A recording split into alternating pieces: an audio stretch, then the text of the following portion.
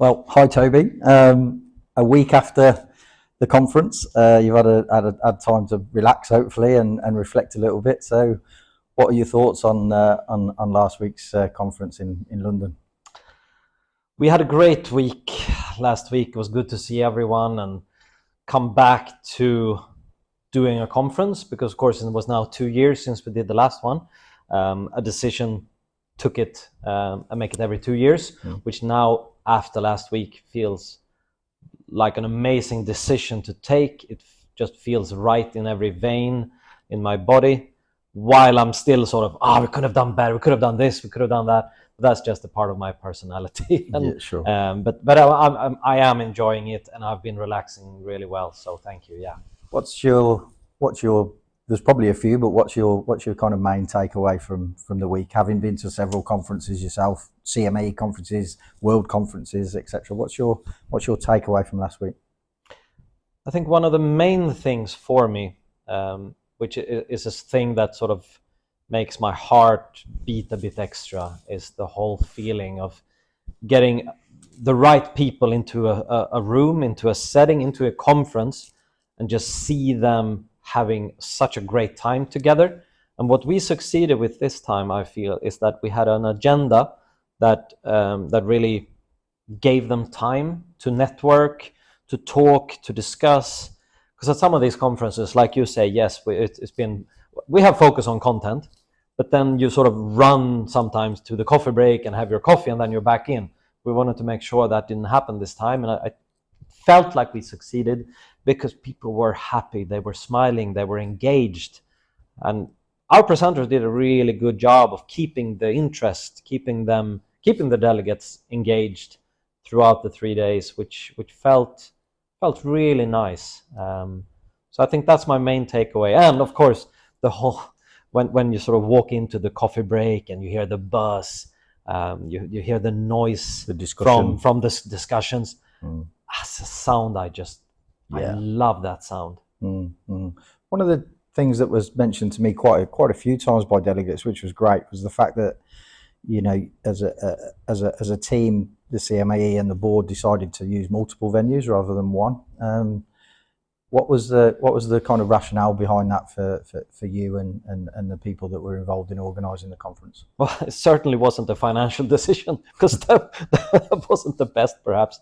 But with that said, we have a couple of times through the years helped CMAA, the Club Management Association of America, with their BMI International, which is basically a couple of days where they go to Europe, they've gone to Asia, they've gone to South Africa, etc. And then they want to see multiple venues, they want to do tours, they want to do things, and also put on great content. And we felt, we've done this before, but for them, why not do it for ourselves for once?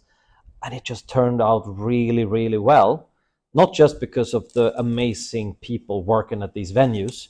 I mean, it's thanks to people like David Bolden and Daniel at the RAC, David at Lansdowne, and of course Conrad at the Travelers Club, that we could do it, because there's some amazing people that we work with.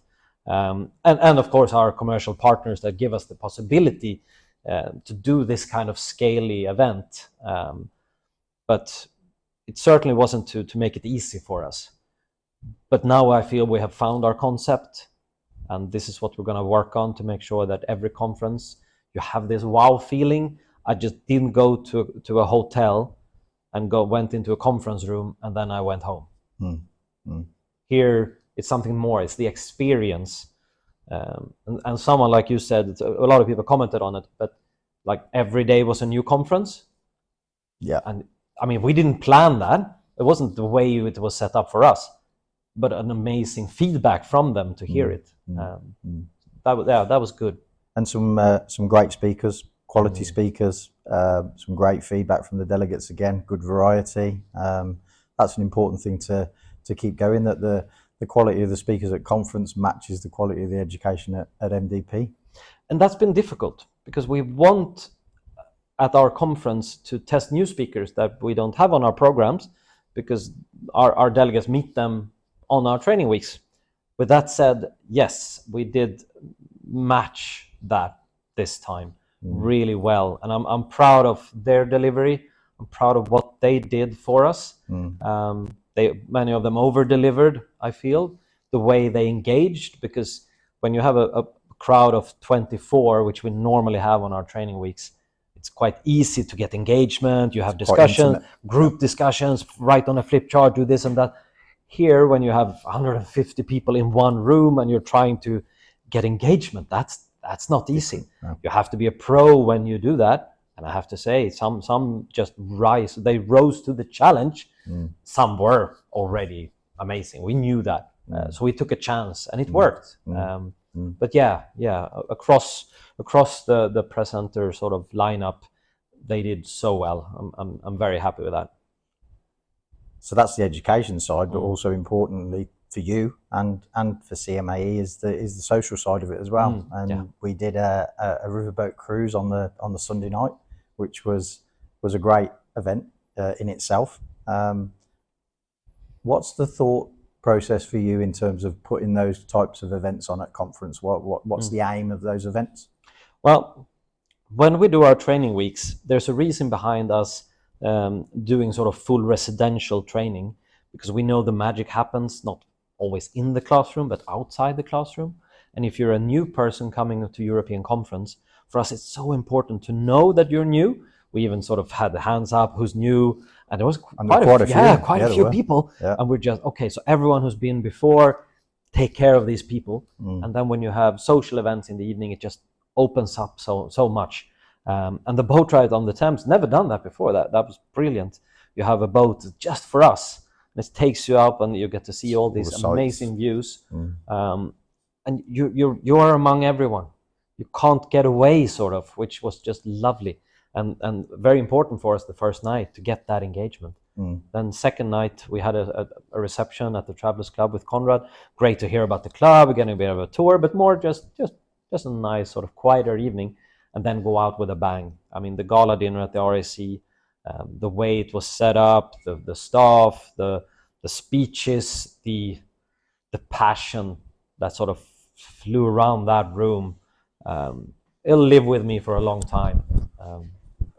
It was an excellent event. A lot of comments I've had were around that there was quite an emotion in the room, really. There was, I suppose that comes from, there were a number of people that received their new CCM certificates, CMDIP certificates, but also there was one very special moment and presentation for Jason at CMAA, and I know he was, for the first time in a long time, probably lost for words. So explain why that came out. We had two, according to me, very emotional moments. One, first, when we introduced our new president, Alberto Iglesias, CCM from Alicante down in Spain, how he shared his moment and how his wife has supported him, and almost a bit sorry that she couldn't be there with him because it meant so much for him. And you can almost, you could sort of feel a tear coming. But his passion and his big heart is going to be a huge asset to CMAE in the next 2 years. So I'm happy to work with and under Alberto. But the big moment, perhaps at the gala dinner, was when we awarded Jason Koenigsfeld at CMAA his honorary life membership. And Jason has been so supportive and been with us forever to help us set up our programs. Without him, we wouldn't definitely be where we are at the moment. And to see him speechless, everyone standing up, because everyone recognizes Jason. They know what he has done. Most of them, a couple of course didn't, but they just felt, like you say, they felt the energy in the room. And yeah, that was beautiful and tough because it was so emotional. I think what's interesting as well, which Jason actually pointed out himself during the words that he said, was that he's joined quite an exclusive club as well. Yeah, I mean, CMA has been going for 20 plus years now, but that group of honorary members in that sense is very small. Very limited. It's only past presidents and 3 others that have ever received it. So he is in a small exclusive club, which is the way we want to keep it. there was a real sense of sort of family, and especially at the gala dinner. And you look back at the feedback that we've had from that family, and the event was an obvious great success from their point of view. So, with your mentality that I've learned certainly over the last 2 years is how do we make it better? What do you see the conference looking like going forward? Where would you like to see it improve if it could? Well, that's the thing. I said I'm happy with European Conference 2024 in London. I am. With that said, before conference, during conference, after conference, I see everything that we could have done better. There's definitely not. We haven't reached our target. We haven't reached my goals. What I want to do with the conference. With that said, we will try to match what we did. We will come back to that. We were happy to announce MDP International 2025 at European Conference, which is an event we started last year in Washington, and 2025 in September we're going to New York. So that will be a week to sort of try and beat Washington, because that was an amazing week in Washington. And then in 2026 we have a new European conference somewhere yet to be announced, where we want to do even better, because that's who we are. We work with Kaizen, which is a way of saying we always continuously improve things, everything from MDP content to European conference to whatever we try to do. So you mentioned MDP International, which was announced at the conference at the gala dinner. So is there any more detail you can let people know what exactly we'll be up to when we take the delegates across the pond? It'll be very exciting when we have all details in place. But 15th to 19th of September 2025, we go to New York. We will stay at two very good, centrally located in Manhattan city clubs, the Penn Club and the University Club. We'll stay there, and then we will do training at Bethpage Black. We'll check the Ryder Cup venue the week before Ryder Cup. We will go to Baltusal, we will go to Liberty National, and of course the city clubs itself. So looking forward to an intense but very exciting week where we both do tours, but also aim for great content while we get managers together for that week. Exciting times ahead. 2024 has been a busy year. I think I'm right in saying it's the most MDPs that the CMAE will deliver by the end of this year, which is great. And it sounds like with MDP International and other things that are in the pipeline for next year, it's exciting times, and exciting time to be CEO and pushing the CMAE forward. We have grown the team. We have done a lot in order to get where we are today. We're not happy yet.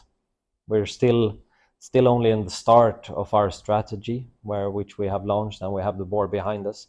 With that said, yes, we have more things to announce for 25 and 26. One thing that we're announcing right now is the fact that we're going to have a what we call a CCM exam review week, which basically says if you're aiming to become a CCM, a certified club manager, then we will help you with your studies before the exam. We'll do it together with the people who's aiming to sit the exam shortly after. So that'll start in 2025 with the help of CMAE and Jason. You see a theme here? Sure. But that's also why it's amazing to be a part of the family, because we have a big global family together, and that's why we try to live the CMAE family vision.